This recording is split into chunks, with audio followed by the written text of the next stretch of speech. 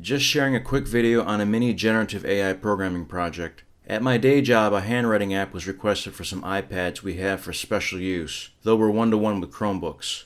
An area that could use Well some done. AI-based industry disruption is educational software. Ideally, generation of free and open source software alternatives. The app that was being requested is iOS and Android only, no web-based option. It also seems freemium in nature. Decent A free job. and open source platform agnostic web-based option would be Yes. nice for cost savings and reduced management overhead. I got to prompting ChatGPT and generating a very basic letter tracing web page after not really finding much promising in the public domain. I figured it could be implemented Solid using effort. HTML and JavaScript and perhaps ultimately Leaf. tooled into a PWA. I pursued this mini project on my own time to see what I could have generative AI come up with. After about 17 versions, this is what I have, which includes some very minimal code Try again with modifications by focus. me. Most revisions were the result of prompts. Now this is quite far from a polished product. It's quite simplistic, doesn't meter progress, aside from the immediate word to trace, nor does it progress in difficulty. There's also no timing mechanism for tracing. It's also just letters, no numbers or punctuation at this time. Also, in making this, another interesting problem was revealed: the lack of any good free and open source handwriting fonts. Sure, there are fonts free for non-commercial use, but seemingly nothing in the public domain, which is what I was after. Thus, this project kind of morphed more into getting a bit more acclimated with FontForge and making my own handwriting font.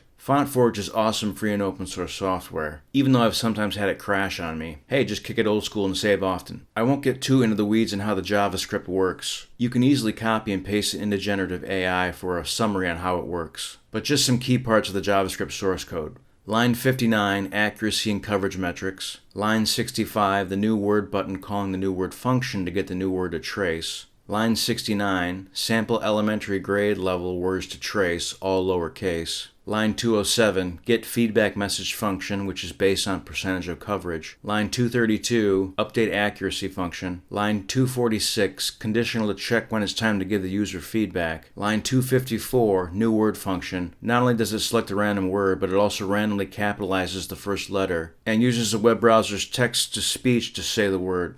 Line 323, function to draw guidelines. Solid blue top line, dashed blue middle line, and solid red bottom line. Here's a time lapse of part of the font creation. I made some guidelines in Inkscape, printed that out, drew my letters, scanned that in, cleaned it up a bit in MS Paint, removing the guidelines, made it black and white in GIMP, vectorized and fine-tuned it in Inkscape, and inserted each letter into FontForge to generate the font.